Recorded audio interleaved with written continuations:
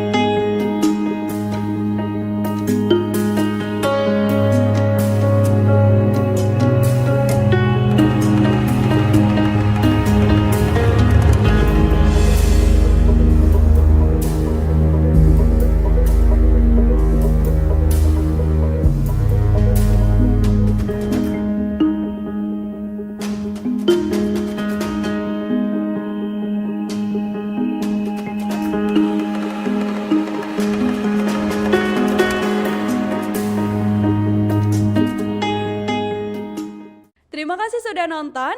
Jangan lupa like, subscribe, dan share ya.